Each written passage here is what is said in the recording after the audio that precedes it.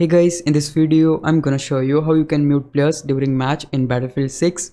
It's pretty easy. All you have to do, just hit options key on your controller or escape key on PC. Here we need to select the option squad management. Now you'll able to see all of the members from your squad. We need to select the mic icon next to the player we wanna mute, and once you do that, that player will be muted. Now let's say you wanna mute the enemy. In that case, you need to open the scoreboard. For that, hold tab key on keyboard or options key on controller and the scoreboard will open. Here to expand the scoreboard, we need to hit right click on PC, LT on Xbox or L2 on PlayStation.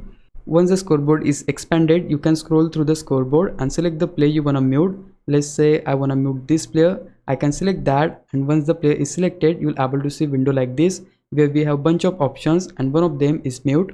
If we select the mute, the player will be muted, and that's how you can mute players during match in Battlefield 6. If you found this video helpful, please leave a like, subscribe the channel. I'll mute the next one. Bye bye.